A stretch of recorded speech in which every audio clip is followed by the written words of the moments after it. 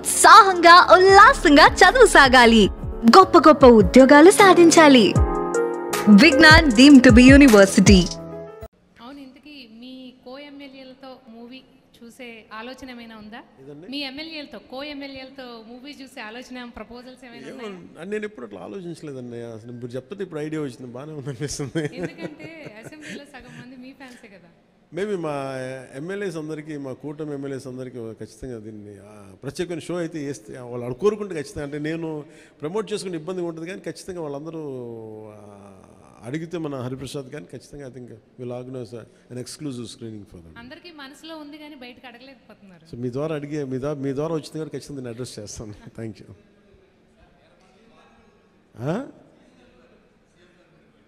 CM గారు బిజీగా ఆయన సినిమాలు మా అయితే ఒక 5 నిమిషాలు చూస్తారేమో. ఎందుకు రోజు నన్నే చూస్తుంటారు కదా, సినిమా చూస్తున్నట్టు అనుకుంటారు.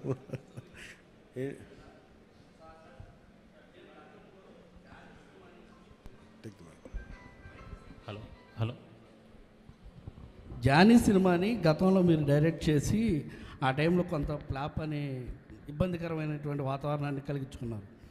ఈ సినిమాలో మీరు లాస్ట్ క్లైమాక్స్ మీరే డైరెక్ట్ చేశారని చెప్పేసి చెప్తున్నారు. దానికి అప్పటికి ఇప్పటికీ ఏంటి, ఎలాంటి చేంజ్ మీరు గమనించారంటే? అలాగే అంటే నేను జానీ నిన్న కూడా చెప్పాను. అంటే నాకు ఏమనిపించిందంటే, ఒక సినిమా తీసేటప్పుడు చాలా నలుగుతూ ఉండే. నేను చెప్పేది సినిమా అనేది ఒక్కటే కష్టపడేది కాదు, ప్రతి ఒక్కటి ఈవెన్ ఒక చిన్నపాటి ఉపాధి శ్రామికుడు కూడా కష్టపడతారు, యుద్ధం చేయాలి పట్టుకోటి కోసం. సినిమా ఏంటంటే చాలామంది డబ్బులు చాలా గ్లామరస్గా కనిపిస్తుంది ఫిల్మ్ ఇండస్ట్రీ.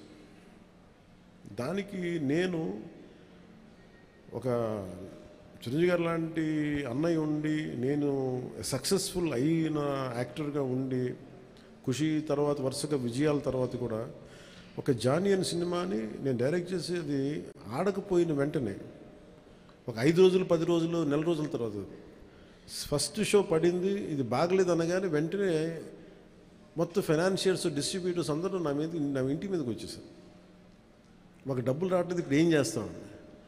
నా క్వశ్చన్ ఏముందంటే, మీకు డబ్బులు ఇచ్చినప్పుడు నాకు ఎప్పుడు ఎక్స్ట్రా ఇవ్వలేదు కదా, ఇప్పుడు డబ్బులు పోయినప్పుడు అది ఉండదు అక్కడ.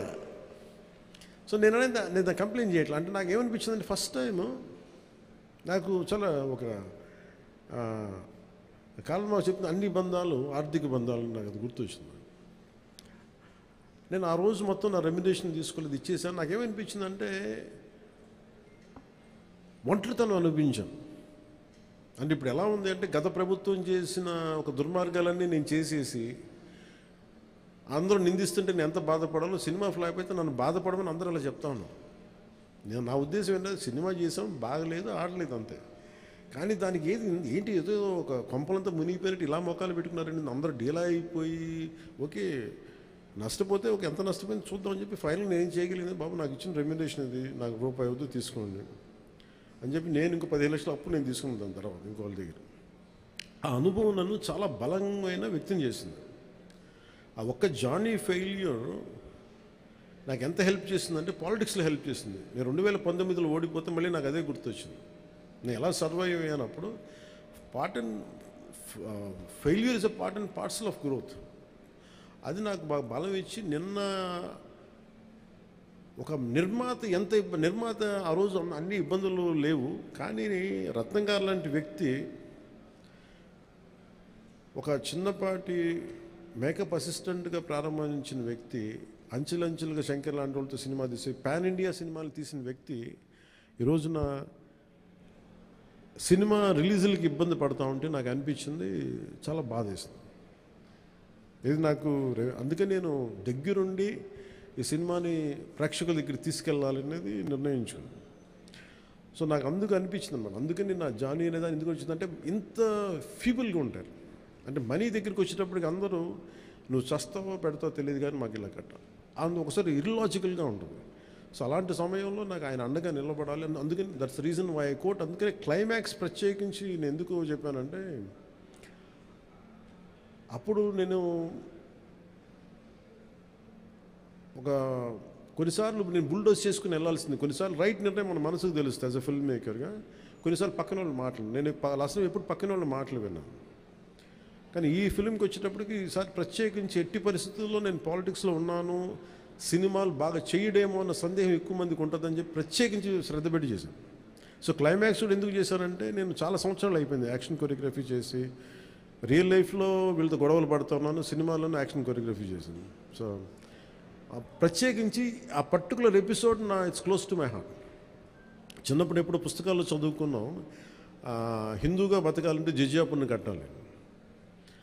సో ఆ బాధ ఏదో ఉండిపోయినట్టుంది ఎక్కడో. సో అది ఆ వెంటౌట్ తీసుకున్న అవకాశం దొరికింది, ఐ యూజ్డ్ ఇట్ అంతే. సార్ మనం చూసుకున్నట్లయితే లేదు తీసుకుని సార్ అన్నీ బాగుంటే తీసుకుంటాను. మనం ఈ మధ్యకాలంలో చూసుకున్నట్లయితే నిర్మాతలకి కొంతమందికి మాత్రమే థియేటర్లు ఉండిపోయినాయి, వేరే వాళ్ళ సినిమాలకి ఇబ్బంది పడుతున్నారంటూ కూడా కొంత కాంట్రవర్సీ వచ్చినటువంటి పరిస్థితి సినిమా పరిశ్రమ విషయంలో. అదే రేట్ల విషయంలో కావచ్చు, థియేటర్స్ దాని విషయంలో. మీకు కూడా అలాంటిది అంటే థియేటర్స్ సరిగ్గా లభించకపోవడం, కొంత నిర్మాతలు ఏమన్నా ఇబ్బంది పెట్టే అవకాశం ఉంటుందా గతంలో లాగా? అది ఎప్పుడు అలా పెడతారని నేను ఎప్పుడు అనుకోను. ఎందుకంటే థియేటర్స్కి ఫీడింగ్ కావాలి, బేసిక్ సైన్స్, అది ఎవరు అలా చేస్తారు నేను అనుకోను. కానీ ఒకసారి కొన్ని అనుకోని పరిస్థితులు వస్తూ ఉంటాయి, అది పెద్ద మనసు వదిలేయటం అంతా. సార్ ఇప్పుడు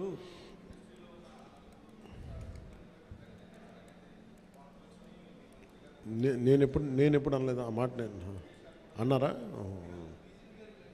రాశారా? Okay, welcome. So thank you sir. Ma'am, this movie is going to be?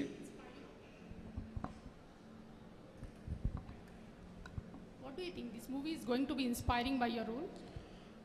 అంటే ఇన్స్పైరింగ్ ఇవన్నీ నేను చెప్పలేను, కానీ I feel it is a wholesome entertainer. Once you get in to screen, it will entertain you, it will hold on to you, and it will, by the time you come out of theatre, you'll feel good about the film. That's what I felt. Maybe I hope the experience will be the same to everybody. Yes sir. Part 2 20% shooting chesam. We had done 20 to 30%.